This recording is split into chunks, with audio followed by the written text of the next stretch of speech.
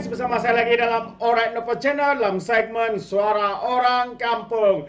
Alright, so ini dia sahabat semua, berita yang menggempakan apabila berlakunya ceramah jelajah madani di negeri Kedah. Seorang yang hadir pada malam itu juga turut memberikan sedikit pencerahan. Siapakah beliau sebenarnya? Sebagai bekas ahli PAS, dan kini beliau berjuang dan juga membuat pencerahan PAS itu sesat dalam apa yang mereka lakukan, sahabat-sahabat semua. Jadi menarik untuk saya kongsikan dan juga kita dengar bersama apakah yang dikongsikan oleh individu ini. Sahabat-sahabat semua, mari kita tonton bersama. Tapi sebelum itu, jangan lupa juga untuk terus support Alright Nopo Channel dengan cara tekan butang subscribe, like, dan share. So mari kita tonton bersama video bekas ahli PAS, penyokong PAS, kini berjuang di dalam kerajaan Pakatan. Jadi saya lebih suka nak mukadimah malam ni tuan-tuan, nak diri ya. Sebagai anak tempatan di Jerai ni, tuan-tuan, saya tak pernah mengundi tempat lain, mengundi di Sungai Limau ya, tuan-tuan. Pada sejak awal mengundi tuan-tuan sampai hari ni Sungai Limau, tuan-tuan. Walaupun duduk di Jitera tu. Tuan-tuan, maknanya kita ni sayang kawasan Sungai Limau ni. Dan kebetulan pula keluarga saya tuan-tuan, orang yang ada mengaji agama sikit. Pak saya masih hidup lagi di Sungai Lentang tu. Walaupun dia dulu kuat pas kat tuan. Dia kuat pas juga, tapi lah ni dia okey lah. Dia boleh terima dah kalau orang tu. Tuan-tuan. Dulu dia hijau, tuan-tuan. Pasal apa? Baru ni saya balik jumpa dia di kampung, minta izin. Tanya dia ni, abah ni, kita nak main tolong berajar di belah Sungai Limau boleh ke?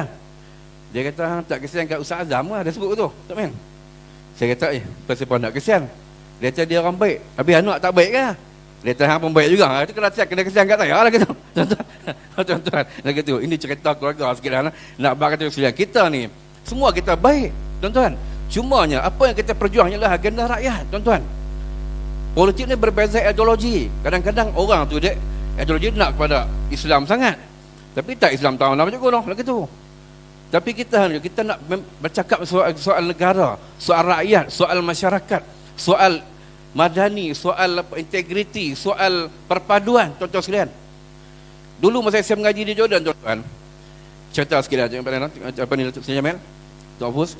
Masa mengaji Jordan dulu, tuan-tuan, kita ni didoktrin untuk kalau boleh tu bila datang student baru di Jordan ni, tuan-tuan tarik masuk jemaah PAS, lagu tu.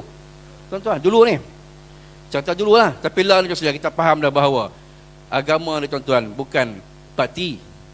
Agama ni adalah satu tanggungjawab kita semua yang mengucap kalimah syahadah. Kita kena bertanggungjawab dengan agama kita. Parti politik bukan agama, tuan-tuan. Tapi hari ininya masyarakat kita masih keliru antara politik dan juga agama. Orang kata kalau tak masuk parti ni, tuan-tuan sekalian, tak masuk syurga. Macam disebut di Sik, kata pemuda PAS Sik sebut, tuan-tuan. Ini bukan soal syurga neraka. Ini soal, tuan-tuan, wadah perjuangan untuk membela nasib rakyat, untuk menjaga negara ini, untuk menjaga rakyat, tuan-tuan sekalian. Kita semua orang Islam mengucap kalimah syahadah, tuan-tuan. Kita ni berhak untuk melaksanakan tanggungjawab sebagai orang Islam, tuan-tuan. Politik suku tak perlu. Politik, tuan-tuan, bukan soal akidah. Ini soal ideologi masing-masing. Jadi janganlah kita keliru, tuan-tuan sekalian. Maknanya soal Islam, soal agama ni semua milik kita bersama, tuan-tuan. Kita mengucap kalimah syahadah, itulah Islam, tuan-tuan. Bukan terletak pada agenda parti. Muslimin muslimat sekalian. Jadi inilah yang kita nak kena perbetulkan. Sebab saya tengok, tuan-tuan, masyarakat kita di khusus di Cerai ni ada juga yang masih dia tak faham, dia masih keliru, tuan-tuan, dari segi soal agama dan juga soal berkepartian ni. Tuan-tuan Emil, maknanya dia kata kalau hang duduk belah tu, kira hang tak apa Islam. Macam baru ni lah satu ahli parlimen Jasin, dalam ucapan di parlimen, tuan-tuan, bila Datuk Saifuddin bercakap tentang soal madani, soal keamanan, soal perpaduan, dia bangun marah, tuan-tuan. Dia bangun marah. Dan dia pernah menulis satu buku yang berkenaan dengan soal munafik, soal akidah, tuan-tuan. Dia kata kalau siapa yang tak bersama dengan parti jemaah dia, tuan-tuan, kena mengucap lain, bukan Islam. Ini tak betul, tuan-tuan. Islam ni, tuan-tuan, hak kita semua, bukan hak parti lagu. Nah, tuan-tuan saya kasih sekalian. Jadi kita kena perbetulkan kita punya mindset kita, yang mana pada hari ini kita berada dalam suasana kita memerlukan seorang pemimpin dan juga pemimpin yang boleh membawa, memacu negara ini ke arah lebih baik. Hari ini kita tengok masyarakat kita hari ini, kalau kita tanya dari peringkat bawah, semua merungut tentang soal ekonomi, tentang soal pendidikan, tentang soal perpaduan, tuan-tuan sekalian. Sebab itulah Datuk Seri Anwar Ibrahim memperjuangkan perpaduan, memperjuangkan masalah ekonomi dan juga rakyat, tuan-tuan sekalian. Dan saya percaya dalam konteks Sungai Limau, tuan-tuan sekalian, dan juga Jerai ini, beliau akan memberikan fokus kepada masalah rakyat. Tadi di Meleleh, saya pergi pagi tadi, saya dengan Datuk Seri Ibrahim di Meleleh, di Pondok Meleleh, Nasrul Hasanah. Beliau telah mengumumkan bantuan besar-besaran kepada sekolah agama, tuan-tuan. Maknanya Datuk Seri Anwar, dia prihatin tentang soal sekolah agama, tuan-tuan. Dia bagi semua bantuan kepada guru takmir sekolah agama seluruh Kedah, tuan-tuan, dengan nilai jutaan ringgit. Kenapa? Sebab untuk menjaga kepentingan agama, tuan-tuan sekalian. Maknanya tidak ada isu kita nak kata, oh kita ni tak suka Islam. Tak betul, tuan-tuan. Maknanya kita ni juga memperjuangkan agama Allah Ta'ala yang bertanggungjawab kita semua, insya-Allah. Tuan-tuan saya kasih sekalian. Jadi tuan-tuan, itulah sikit sebanyak gambaran yang boleh saya gambarkan pada malam ni. Sebab saya rasa lagi Datuk Mahfud nak cakap banyak dengan Datuk Mian ni.